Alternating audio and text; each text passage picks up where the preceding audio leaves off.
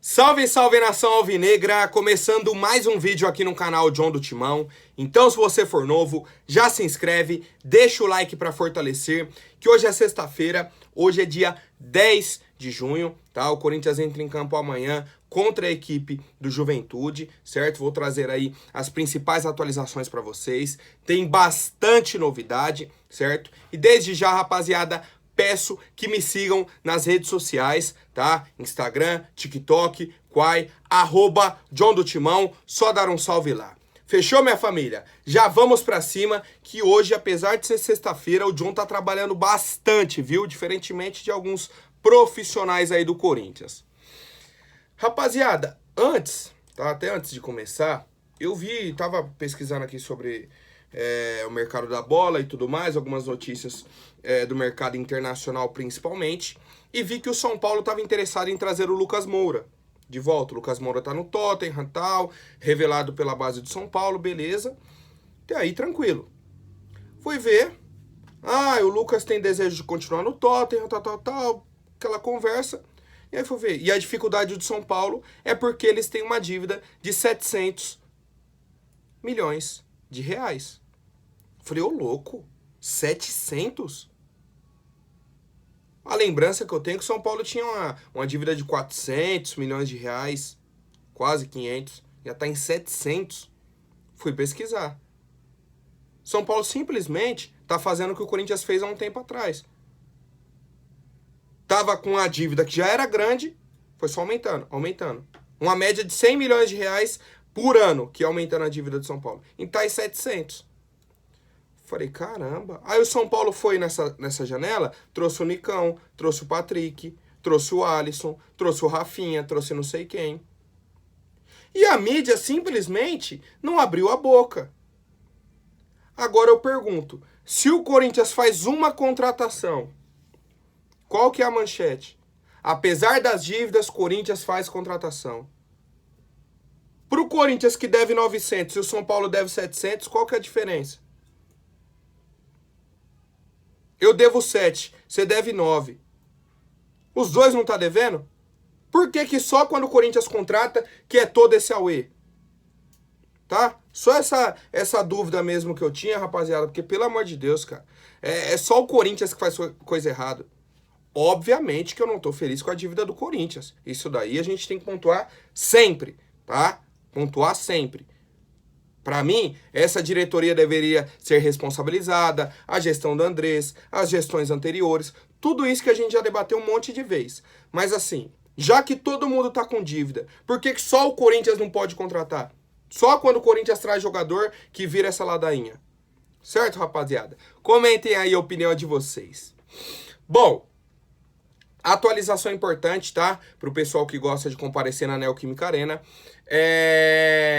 O Corinthians vai abrir aí a venda dos ingressos pro jogo contra o Goiás. Jogo dia 19, tá? Então daqui a 9 dias vai ter o jogo contra o Goiás. 4 horas da tarde, jogo de final de semana, né?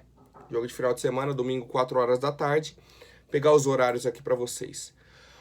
Hoje, tá? Já abriu para quem tem aqueles créditos relativos às partidas suspensas pela pandemia. Depois, o pessoal que é do plano Minha Cadeira, tá? Vai comprar aí 11 da manhã. Hoje, 3 da tarde, abre para o pessoal que tem mais de 35 pontos. Às 5 horas da tarde, abre para todo mundo que tem o fiel torcedor. Dia 14, tá? Olha a diferença. Dia 14, abre para a torcida em geral, ingressoscorinthians.com.br. Por incrível que pareça, os preços estão melhores. Não baratos, melhores do que a última média. Sabe por quê? Porque depois desse jogo contra o Goiás, tem a sequência de 2 jogos contra o Santos, tem a ida da Libertadores, tá? Que a gente já sabe que o Corinthians vai enfiar a faca. Então o que eles estão fazendo? Vamos dar um migué aqui, coloca um preço mais em conta nesse jogo contra o Goiás, que depois eles vão enfiar a faca, tá? Vão enfiar a faca. E assim, um preço mais em conta, ainda naquelas, né? Pra quem é fiel torcedor. Porque, por exemplo, a Leste Superior, pra você assistir o jogo lá em cima, R$110. R$110, tá? Então assim, apesar de todos os pesares, ainda acho que é caro, tá? Ainda acho que é muito caro o ingresso na Neoquímica Arena, mas a título de conhecimento, né, para quem gosta aí já de estar por dentro das datas, são essas daí das vendas de ingresso para o jogo entre Corinthians e Goiás, dia 19, às 4 horas da tarde. Para o jogo de amanhã, tá? 4h30 contra o Juventude, o John já comprou o ingresso dele, tá? Derrubei. Estarei presente amanhã lá na Neoquímica Arena. Fechou, família? Tamo junto. Outra atualização aí importante, né, para quem gosta de acompanhar, teremos coletiva de imprensa hoje, 1h30 da tarde, com excelentes profissionais da gestão do futebol, tá? Só gente que é, pô, referência. Roberto de Andrade e Alessandro Nunes. Cara, aí você entra no post do Corinthians, é dar risada pra não ficar bravo, né, rapaziada? Você entra no post do Corinthians, tá todo mundo assim. Eles vão anunciar que estão saindo do Corinthians? Eles vão anunciar que o Luan tá saindo? É só esse tipo de comentário. Os dois vão pedir as contas? O Roberto de Andrade vai pedir a demissão? É só isso. Esse é o desejo da torcida do Corinthians, cara. Pra você ver como que tá a relação com o nosso diretor e o nosso gerente de futebol, tá? Mas assim, a título de conhecimento, de atualização, hoje, 1h30 da tarde, coletiva de imprensa do Roberto de Andrade e do Alessandro. Devem falar do jogo, devem trazer alguns outros assuntos aí importantes, mas é aquilo, né? A nossa relação com esses caras aí, pelo amor de Deus, cara, vai de mal a pior e muito, tá? Muito, 95% por culpa deles. Tá? Por culpa deles, por culpa das gestões e tudo mais. Quero saber a opinião de vocês, família.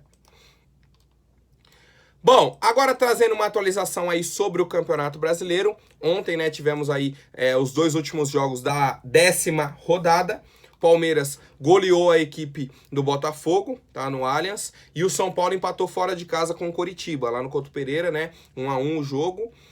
E aí, ao fim da rodada, Palmeiras líder com 19 pontos, o Corinthians fica em segundo com 18. Tá? O terceiro colocado é o Atlético Paranaense com 16, assim como o Atlético Mineiro, tá? Que tem 16 também. Coritiba, São Paulo e Inter com 15. Tá? Esses daí são os 7 primeiros times do Campeonato Brasileiro. Na zona do rebaixamento, a gente tem o Fortaleza com 8, que o Corinthians venceu. Tem o Juventude com 10, que a gente enfrenta amanhã. O Atlético Goianiense com 10, que a gente venceu. E o Cuiabá com 11, que a gente perdeu. Então, assim, pensar que a nossa sequência ou foi, né, está sendo Atlético Goianiense, Cuiabá e Juventude, tá? Os 3 na sequência, e os 3 estão na zona do rebaixamento, não dava pro Corinthians perder pro Cuiabá, né? Ainda mais com a atuação que a gente teve. Pelo menos um empate fora de casa, tá? A gente venceu o Atlético num jogo que a gente não foi bem, mas conseguiu os 3 pontos. Vencemos o Fortaleza em casa também, né, com gol contra. E tem agora o Juventude, tá? Para fechar os 4 times ali que estão na zona do rebaixamento.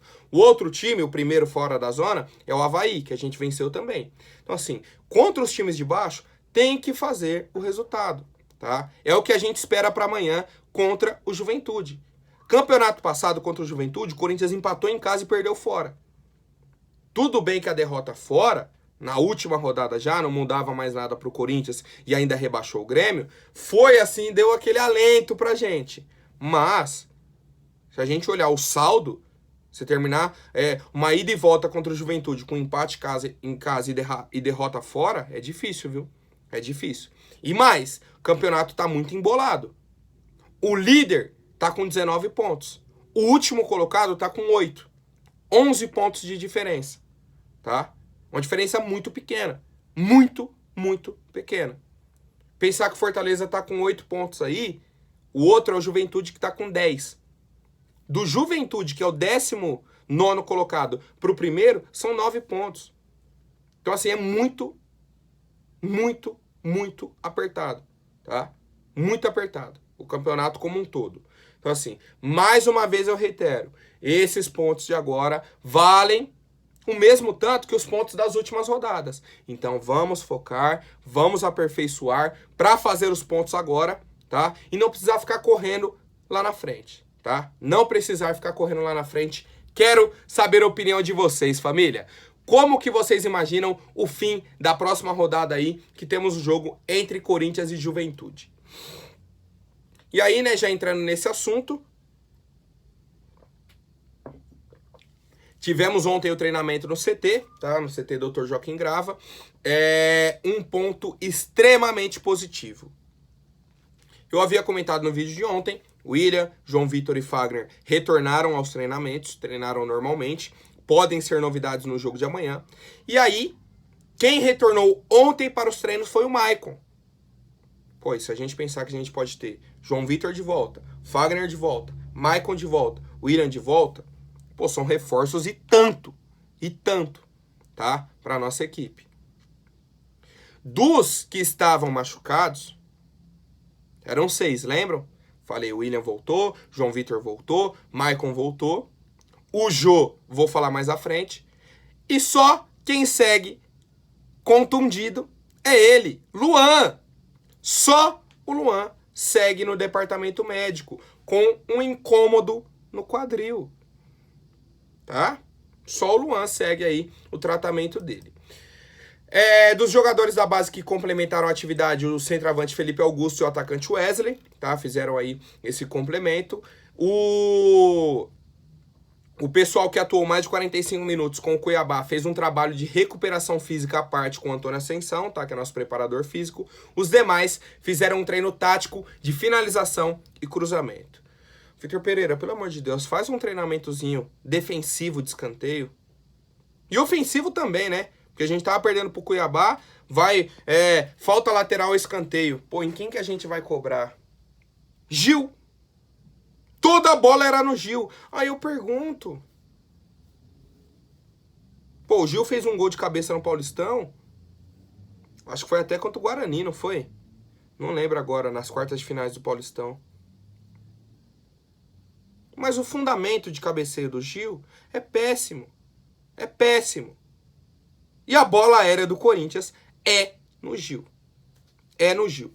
Tivemos alguns jogos aí que foi no Robson Bambu, tá? Toda a bola aérea era no Robson Bambu. É um pouco melhor que o Gil na parte ofensiva. Mas, pô, falta um cabeceador nato pro Corinthians. O Paulinho era um cara, né, muito positivo nesse sentido, mas a gente precisa encontrar uma alternativa. O próprio Júnior Moraes, tá, deu entrevista aí pra Corinthians TV, falou o seguinte: a gente sente no treinamento a vontade de querer se preparar. Tem alguma coisa que está mexendo ali de poder ter essa oportunidade de reagir no sábado. Estamos com muita vontade de ter essa reação e sair com um resultado positivo.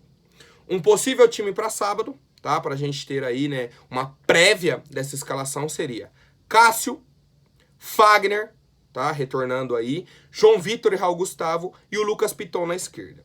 Duqueiroz e Maicon e Renato Augusto, fechando aí o trio do meio campo, William, Mosquito e a opção na frente, Júnior Moraes ou o Roger Guedes, tá? Quero saber a opinião de vocês, como está a expectativa para essa partida de logo mais entre Corinthians e Juventude, 4h30 da tarde, lá na Neoquímica Arena. Bom, rapaziada, falei que ia trazer aí informações sobre o jogo. Ontem, conforme postei no Instagram, tá? Assim que saiu, postei lá no meu Instagram, o Corinthians e o Jô rescindiram o contrato, tá? De forma amigável. Então o Jô não faz mais parte do elenco do Corinthians. A gente tem aí diversos episódios, tá, do Jô nos últimos anos, desde que ele retornou ao Corinthians na terceira passagem, tá? De episódios aí de indisciplina. Esse ano mesmo, depois que o Vitor Pereira chegou, o Jô se atrasou para 2 treinamentos, tá? Depois do aniversário dele, o cara simplesmente meteu o minhacha, falou forte abraço, vou ver quando dá para retornar para os treinos. E aí essa semana, mais uma vez, o cara tava machucado, não compareceu no treino. Ontem, tá? O Jô postou via assessoria dele, né? Uma nota oficial, falou que, pô, entrou em contato com a assessoria dele e falou, ó, conversa com o Duílio lá, não quero mais. E aí, pra quem me acompanha já faz um tempo, vai lembrar do episódio do ano passado, quando a gente foi eliminado na Sul-Americana, que o Mancini ainda era o técnico. Eu falei o seguinte, falei, pô, o Jô não tem condições de jogo. Ele não quer mais, o cara não se esforça. Ele tem nutricionista no Corinthians, ele tem preparador físico, ele tem todo o apoio psicológico, tem psicólogo no Corinthians se ele quiser. Mas o cara não quer, o cara não se esforça, tá? Eu falei, ano passado. Falei, Jô, seria mais humilde da sua parte, mais honesto, você chegar na diretoria e falar, ó, não quero mais. Não quero mais, estou empurrando com a barriga. Chegava num acordo, rescindia o contrato, acabou. A torcida não ia mais te encher o saco, você ia ter sua paz e fim de papo. Tá? O Jô foi levando. Chegou esse ano, tá? O Vitor Pereira propôs um desafio para ele, o Jô perdeu peso, o Jô retomou a titularidade. Só que aí chega no momento de contusão dele, o cara mostra mais uma vez que ele não queria nada com nada. Mais uma vez, tá? Mais um episódio. E aí, Jô, eu quero te parabenizar nesse momento pela sua honestidade, tá? Pela sua honestidade. Algo que eu já vinha pedindo há muito tempo. Muito tempo que eu pedia isso pro Jô, tá? Agora ele colocou a mão na consciência, fez uma reflexão e falou, pô, realmente, ele não quer mais. Ele não quer mais jogar futebol, tá? O Jô falou, tá, que solicitou aos representantes dele que fizesse a reunião com o Duílio, rescindiram de forma amigável, tá? Agradeceu ao presidente, a todos os funcionários, comissão, jogadores e principalmente a torcida do Corinthians, tá? Agradeceu aí todos os momentos que ele teve com o clube. Corinthians também postou, né, ao filho do Terrão, maior artilheiro da história da Neoquímica, bicampeão brasileiro e campeão paulista, tá? O Corinthians agradecendo aí todos os momentos da carreira dele, tá? Um dos grandes nomes aí da nossa história. Isso a gente tem que pontuar. Cria da nossa base. A história do Jô no Corinthians fala por si só. E foi o que eu falei. Ele estava desrespeitando a própria história. Ele estava desrespeitando o menino que surgiu em 2003 no Corinthians, tá? Ele mesmo estava fazendo isso. Então, Jô, eu fico triste pelo jogador que você foi pro Corinthians, tá? E por terminar dessa forma. Mas fico feliz agora pela sua honestidade, pela sua hombridade, de chegar e falar, ó, realmente não quero mais, não aguento mais essa encheção de saco, treinamento, não quero. Ele não quer isso pra vida dele. Falou, ó, forte abraço pra todo mundo, muito obrigado, tô saindo.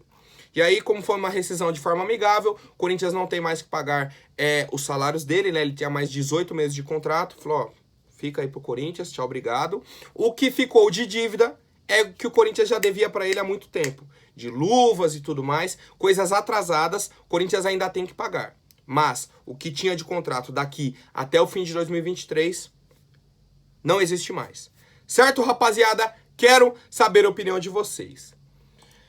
E aí, se por um lado a gente tem a saída do Jô, tá? Por outro, a gente fica sem um centroavante no elenco, tá? A única opção agora é o Júnior Moraes. Tá? De ofício, centroavante. A gente, obviamente, vai contar com os meninos da base. Tem o Felipe Augusto, tá? Principalmente, tem o Giovani, tá? Que são garotos aí que já até atuaram com a camisa do Corinthians. Só que assim, não são jogadores que você vai colocar lá, o cara vai resolver. Pode fazer gol, pode atuar bem, pode, mas vai oscilar. E vai oscilar muito. Mais do que nunca, tá? Se faz necessário a utilização do Roger Guedes como centroavante, tá? Mais uma vez, a gente vai ter que compreender essa situação. E aí, só pra gente entender, tá? A janela de transferências do futebol brasileiro abre dia 18 de julho. Tem mais de um mês até abrir essa janela.